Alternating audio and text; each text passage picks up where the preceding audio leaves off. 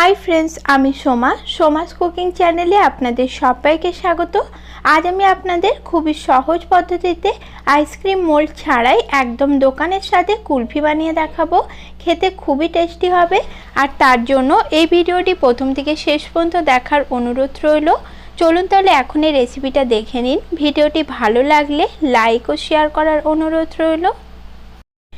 दोकानेर साथे कुल्फी बानानोर जोन्नो प्रथमे आमी एखाने नियेछि दूध। आमी एखाने 1 लिटार फुल क्रीम दूध नियेछि। कुल्फिटा जाते भालो तैरी हय तार जोन्नो अवश्यई एखाने फुल क्रीम दूधटा व्यवहार करते हबे।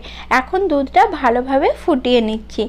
दूधटा एखन फुटते शुरू करेছে আর এই দুধটা আমি আগে দুবার ফুটিয়ে রেখেছিলাম। দুবার ফোটানোর পর যে শর্টটা পড়েছিল সেই শর্টটা আমি তুলে রেখেছি।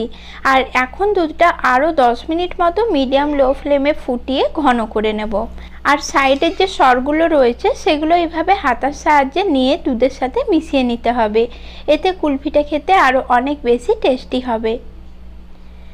দুধটা এখন আমার ঘন হয়ে এসেছে। ঠিক 1 লিটার দুধ আমি ঘন করে এটা হাফ লিটার করে নিয়েছি।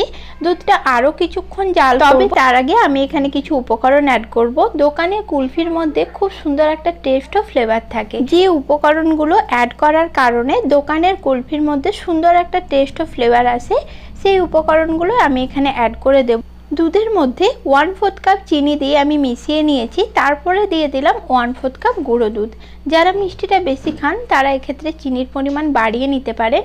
তবে দুধ ঘন করলে এমনি দুধটা মিষ্টি লাগে। আর তাছাড়া এর মধ্যে যেহেতু পাউডার মিল্ক আমি ব্যবহার করেছি তাতেও কিন্তু দুধটা বেশ মিষ্টি হবে। এরপর আমি নিয়েছি কিছু বাদাম কুচি, যার মধ্যে রয়েছে আমন্ড, পেস্তা ও কাজু বাদাম।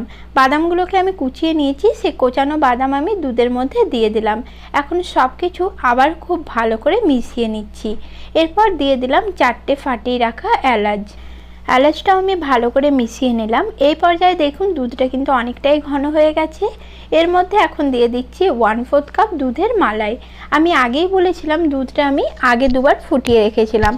তখন দুধের মধ্যে যে মালাইটা বসেছিল সেটা আমি তুলে রেখেছিলাম। সেই মালাইটাই আমি এখানে অ্যাড করে দিলাম। এরপর সব কিছু আবারও ভালো করে মিশিয়ে নিয়ে গ্যাসটা অফ করে দেব। তারপরে এই দুধটাকে আমি পুরোপুরি ঠান্ডা করে নেব। দুধটা পুরোপুরি ঠান্ডা হয়ে গেছে। আর এই পর্যায়ে দেখুন দুধটা কতটা ঘন হয়েছে। এরপর এই দুধটাকে আমি একটা মিক্সার জারের মধ্যে নিয়ে নিচ্ছি। তারপরে এটা খুব ভালোভাবে স্মুথ করে ব্লেন্ড করে নেব। মিশ্রণটা আমার ব্লেন্ড করা হয়ে গেছে। আর এখন আমি আইসক্রিমগুলো বসিয়ে নেব। তার জন্য আমি এখানে ছোট যে কফি কাপগুলো হয় সেগুলো নিয়েছি। যেহেতু আইসক্রিম মোল্ড সবার বাড়িতে থাকে না, তাই যাতে সকলেই এই আইসক্রিমটা তৈরি করতে পারে তাই আইসক্রিমটা আমি কফি কাপে জমিয়ে নেব। এই কাপগুলো খুব সহজেই আপনারা মার্কেট থেকে পেয়ে যাবেন। এখন প্রতিটা কাপের মধ্যে আইসক্রিমের মিশ্রণটা আমি নিয়ে নিলাম। তারপর সিলভার পেপার দিয়ে কাপের মুখটা আমি বন্ধ করে দিচ্ছি যাতে ওপরে কোনোভাবে বরফ না জমে যায়। তারপর একটা ছুরির সাহায্যে এইভাবে ছিদ্র করে কাপের মধ্যে কাঠিগুলো আমি ঢুকিয়ে দিচ্ছি। এরপর এই আইসক্রিমগুলো আমি ডিপ ফ্রিজে রেখে দেবো 10 থেকে 12 ঘন্টার জন্য। 12 ঘন্টা রাখলে আইসক্রিমটা খুব সুন্দরভাবে বসে। তাই ফিরে আসছি 12 ঘন্টা পর। 12 ঘন্টা পর ফিরে এলাম। আইসক্রিমগুলো আমি ফ্রিজ থেকে বার করে নিয়েছি। এখন আইসক্রিমগুলো কাপ থেকে বার করে আপনাদের দেখাচ্ছি ঠিক কী রকম সেট হয়েছে। দেখুন খুব সুন্দরভাবে আইসক্রিমগুলো তৈরি হয়ে গেছে। আপনাদের এই রেসিপিটি কেমন লাগলো আমাকে কমেন্টে অবশ্যই জানাবেন। এভাবেই পরের দিন দেখা হবে আবার একটা রেসিপির সাথে। সকলেই খুব ভালো থাকবেন বন্ধুরা। নমস্কার।